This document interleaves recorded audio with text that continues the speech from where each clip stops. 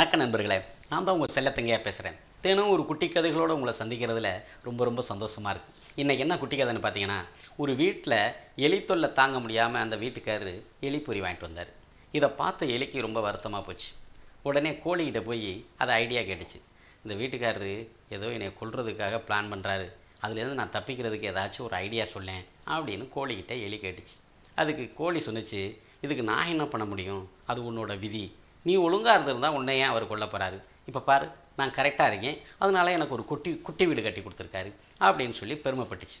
உடனே எலிக்கு ரொம்ப வேதனையை தாங்க முடியாமல் கோழியை விட்டுட்டு அடுத்து ஆடுகிட்ட போய் ஐடியா கிடைச்சி.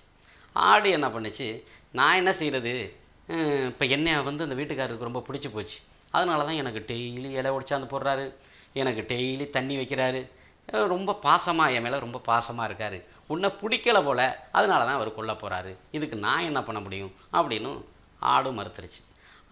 எலிக்கு ரொம்ப ரொம்ப ரொம்ப அவமானமாக போச்சு. இது மட்டும் இல்லாமல் இந்த ஆடும் கோழியும் அந்த எலி சாக போகுது, நம்மளெல்லாம் ஒன்றுமே பண்ண மாட்டார் இந்த வீட்டுக்காரன்னு ரொம்ப பெருமை பேசி அந்த எலியை மட்டம் தட்டி கேலி பேசி சிரிச்சுக்கிச்சு. இது இன்னும் கூடுதலாக அந்த எலியை ரொம்ப காயப்படுத்திடுச்சு. உடனே நம்மளுடைய பிரச்சனையை ஏன்டா அவங்கக்கிட்ட போய் சொன்னோம் அப்படின்னு ரொம்ப வருத்தப்பட்டு இதுக்கு என்ன பண்ணலாம் அப்படின்னு எலி சிந்திக்க ஆரம்பிச்சிச்சு. அப்படியே யோசனை பண்ணும்போது, சரி, அந்த எலிப்பொறிக்குள்ளே எப்படியாச்சும் ஏதாவது ஒரு தீனி கொண்டாந்து வைப்பார், அதை போய் நம்ம சாப்பிட்டா தானே நம்ம சாவோம், அதை சாப்பிடாம வெளியில் தீனி தேடினோம்னாக்கா வேறு எங்கேயாச்சும் தேடினோம்னா நம்ம தப்பிச்சுக்கலாம் அப்படின்னு ஐடியா பண்ணி அது அந்த எலிப்பொறிக்குள்ளே என்ன வச்சாலும் சாப்பிடவே கூடாதுன்னு ஒரு முடிவு பண்ணிடுச்சு.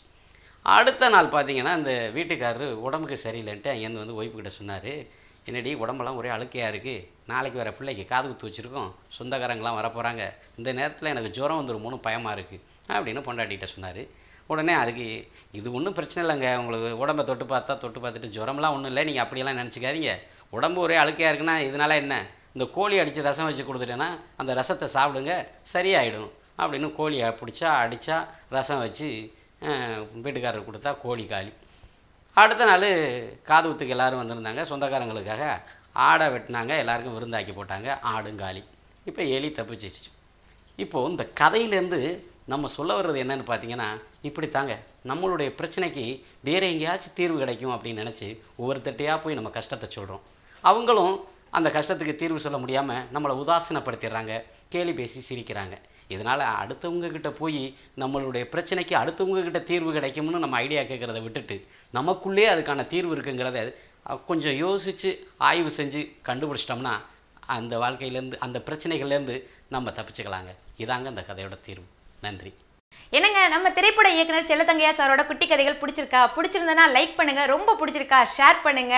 தொடர்ந்து இதே மாதிரி குட்டி கதைகள் கேட்கணும் அப்படின்னு ஆசைப்பட்டீங்கன்னா சப்ஸ்கிரைப் பண்ணுங்க.